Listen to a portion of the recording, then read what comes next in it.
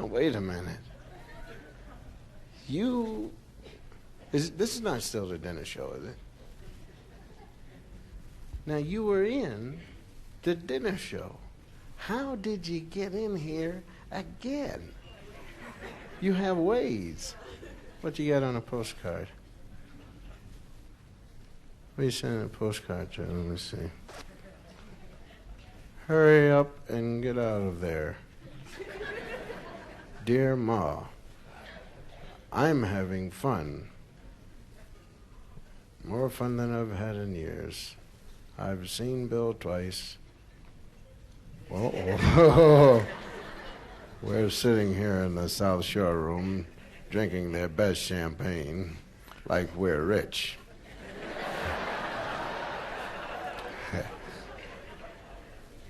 Please send more money.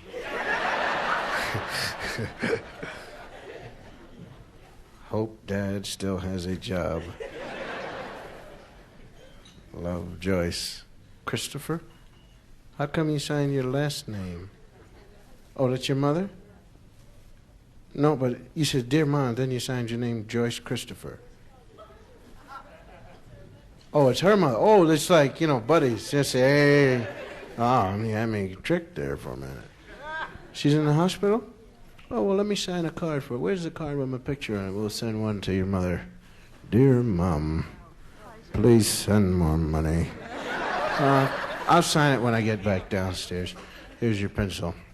Drinking champagne like we're rich. I have to remember that one. Would you take this card, please? Hello? Lamont Cranston working back here. You might as well sit back and relax because we're going to be here for a while. It's raining out, and you got a hell of a minimum to drink up. So, try and keep you here till you're sober or something. I don't know what we're going to do with you. I want to thank all of you for coming up, really, with the weather being what it is, and also Christmas time just passed. I'm glad you got that line across you. You worried me, man. I thought you were from the clergy or something there.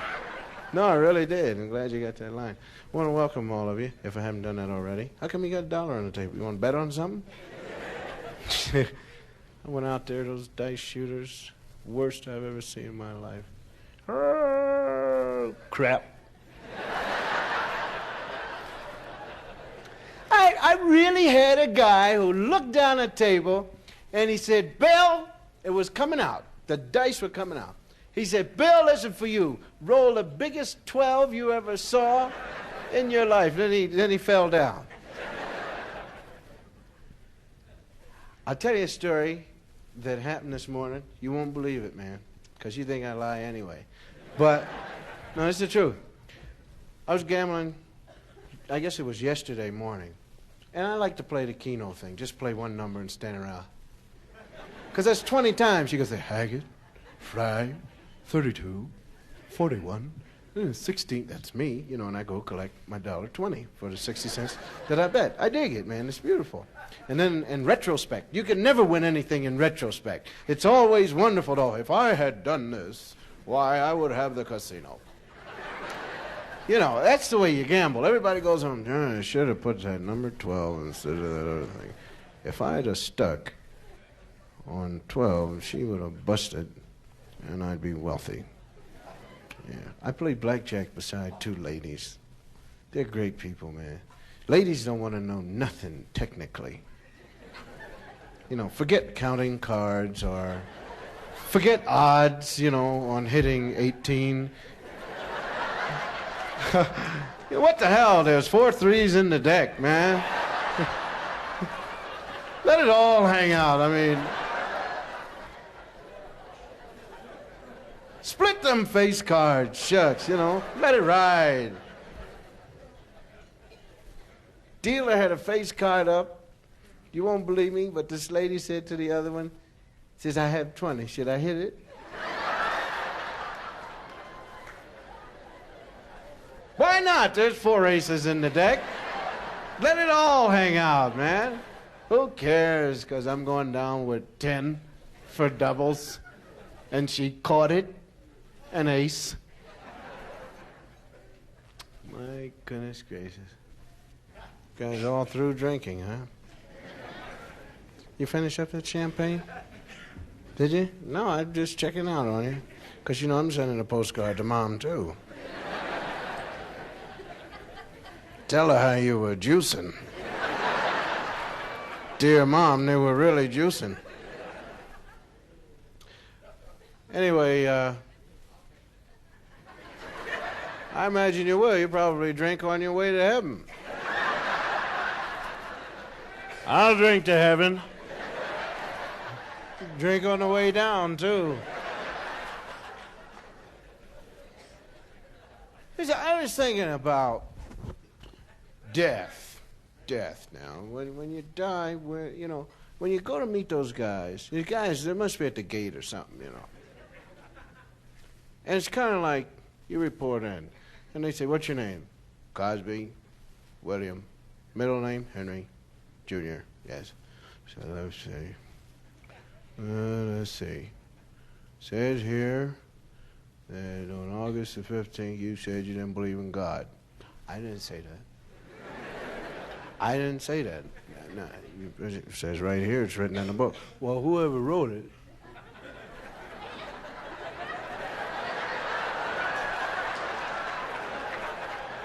You tell them to come see me. Because I didn't say that, man. Well, you're going to have to go to hell. Now, wait. Listen. Do I look like the kind of guy that would say that I don't believe in God? Well, you have nothing to do with the way you look, sir. It says right here. I know you don't have nothing to do, but see, somebody put that down there. I didn't say nothing. If I said anything, I said I believe in him. Because I told my friend the other day. I said, yes, indeed, he certainly do believe in him. Matter of fact, I called on him just before I hit the truck. Now, does that sound like some guy don't believe in nobody? Oh, man, you're talking about a guy lying his way into heaven, man? I will be there, Jack. Because there's no such thing as an atheist. No such thing as an atheist, man. You may walk around all day saying, I don't believe in God, ain't none. But if that ground shakes, you're going to look up. That's all there is to it.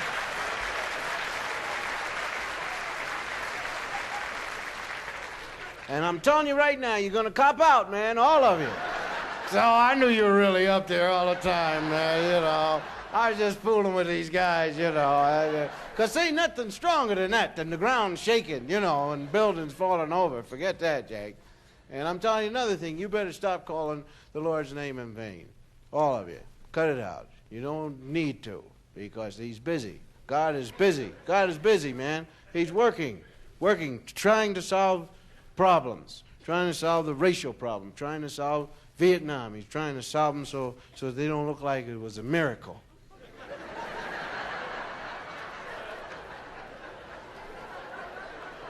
Now, you know that God can hear everything. He can hear everything you say in every place you go. And if you call him in vain, then that distracts him from what he's doing. Think about that. You see a friend of yours and say, oh, my God, there's Ethel. He said, what? Who called me? Who called me?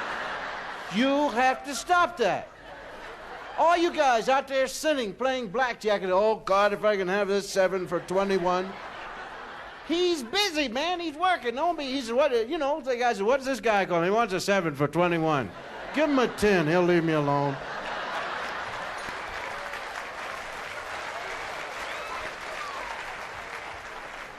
Now, I got a friend of mine. His name is Rudy. Rudy don't do a damn thing. Call on him. You'll get the same results, man.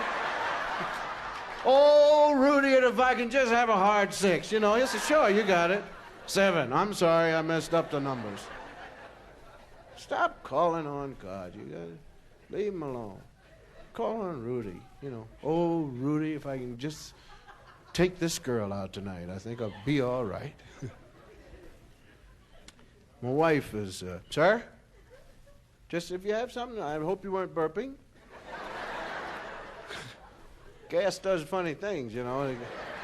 Try to do like this, sometimes it shoots out through the... Especially if you're juiced, you know. You know, a man will never tell you if he's going to pass out from too much booze. You ever have a guy sit at your table and you know he's passing out and he knows it, but he ain't about to let you know that he's just sitting there just smiling and the lights are going out on him. And he's trying to talk. And then he's just smiling, and the next thing is...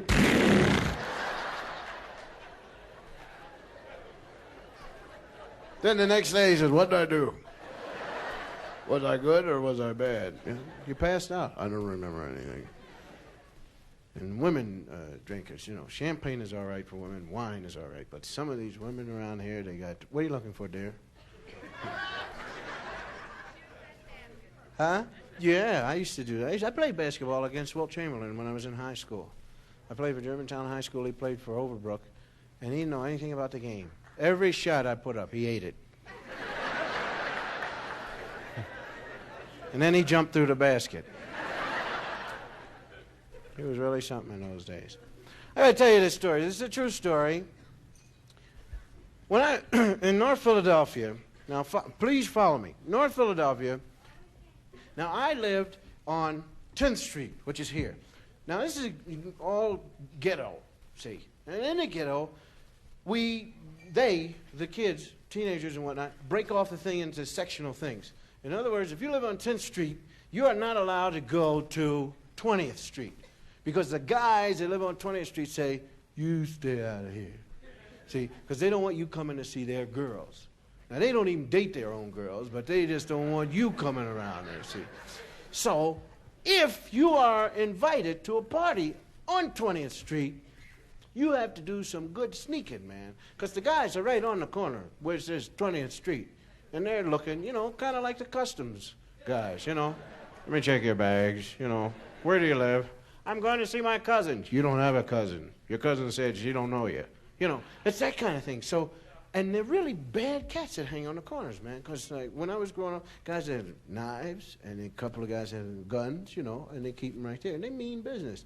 I mean, they'll beat you up. I mean, for real. There's no playing. They just say, beat them up, whack. And you are beaten up, you know. You say to yourself, my goodness, they're beating me up. You know. Well, I always feared these guys, man, because I used to hang out. I hang out with my own guys on the corner, you know, but when you go to see the enemy, whew, look out. Now, there's a guy I went to high school with. His name is Paul Bolden. Paul was the fastest guy in high school. He broke all the records, low hurdle records, and 100-yard dash records, and anything. If you ever go to Philadelphia, check out Paul Bolden. In 1953, 54, 55, was really a cooker. You know, on the track. I was a high jumper. Never jumped any higher than 5'10" when I was in high school. Did it consistently. Whenever the bar got to 6 feet, something in my mind said, you know you can't jump higher than your head. You know, and I just went, you know. My fastest 100-yard dash, no matter how I run it, with the wind, without the wind, hustling all I can, 11.5. 11.5 now. Paul ran like a 9.5, 9.4, 100. One day he did 9.4 with the wind behind him. And it was really so strong he couldn't even hardly get in the blocks. Just, whew, you know, blew him out of there. But Paul is fast, man. All the neighbors know it. All the mothers ask for Paul to go to the store for him because they say, you know, Paul is fast. And he, whew, and he comes right back. Whew. They'll even wait 30 minutes, you know, if he's busy because he's so fast and he brings back the right change. So we went to this party, birthday party that a girl threw who knew Paul. She saw him run track and really fell in love with him and everything. So I want you to come to my birthday party. You know, so Paul said, yeah, sure. Nice looking girl too. You know, well, since I'm Paul's friend, they got to invite me. You know, with every good looking guy, there's always an ugly guy and vice versa. You know, so I hang out and get whatever he throws away, you know. Oh yeah, they come and they cry on my shoulder. Paul, I love you. Well, my dear, Paul is busy. You know. So, well, it always happens the other way. You find a good-looking chick, there's always, you know, right with her, you know, just waiting around. And if you strike out with the good-looking chick, you always talk to the ugly one. You say, look, can you fix me up? And they say, oh, yes, of course. You know, so both parties are like that. So Paul and I get off the trolley car, man, and we go to this party, and we brought presents and everything, but we're just scared, you know. And we go into the party, we look around, and the music is playing, you know, Fats Domino, and we go in and we're just dancing, man, you know, having a great time. And in Philadelphia houses, you dance in the living room, and you can look right out into the street. Street's right there, street. And I saw this mass outside, and I hear like, "We want to come in the party." And there are guys out there who really look like, and they're holding up their knives. "We're coming in the party. You gonna let us in or what?" So I said to Paul, I said, "I think we better leave, man, because these guys are gonna kill us, man. They're gonna beat us up." So Paul said, "No, man, let's stay a little while. You know, they can't get in, you know." And he's dancing. So I go over and I look, and the guy next, and the mother opens the door. "Yes, so we're gonna come in this party or what?" She said, "Were you invited?" He said, "No, but we want to come in because you got two guys in there that don't live up here." I said, "Oh, Paul, you're gonna stop dancing now, man." I said, "Come on, those guys know we're in here, so we're gonna kill them too if we ever catch them." So they start to take the screens out of the window, and they push the window up, and they put the leg through the window, coming in through the window. I said, "Paul, here they come. Let's go." So we put sandwiches in our pockets, you know, and the grease running all down the pant leg. And we go out the backyard, and there's this dog. He's going like, "Ah." And I said, "Dog, any other time I would be afraid of you. But right now I got 25 guys want to cut me up into small pieces, and I'll beat you to death right here. With my bare hands, I'll be Samson. I'll be Daniel in the lion's den, man. I'll rip you apart." So the dog said, "Okay, go ahead." So now, Paul and I are walking down this alleyway, which is about 12 feet wide, and we're walking like this. Now, that's the way you walk when you're scared. I'm sorry, man. You know, when you're scared, toes are up. Everything's up, man. Nothing really touches the ground. Maybe the ball of the foot may just whip like that, but you are just, look out. And the nerve, you got an antenna working out all over the place. And you're just saying, any moment, Jack, all I need to do is hear a mosquito breathe. And boom, I'm gone. And the old 11.5 cars and 9.5 Baldwin. We're just going down there, and we turned, man, coming out of that alley, and this mass turned around the corner, and the guy said, "There they are, shoot them." Well, folks, there's a race that went on in that alleyway that there was no tape to break. Paul Bolden lost that race. I turned around, Jack, and the last thing I remember was my hand shot out.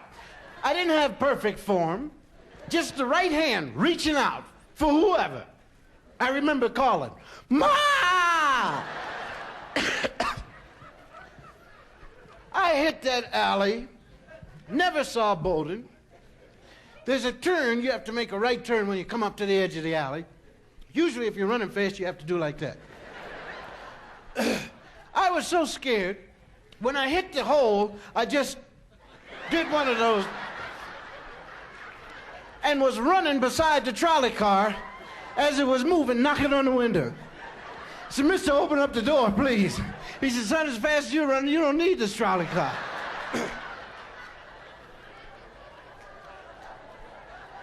Fear will make you do a lot of things.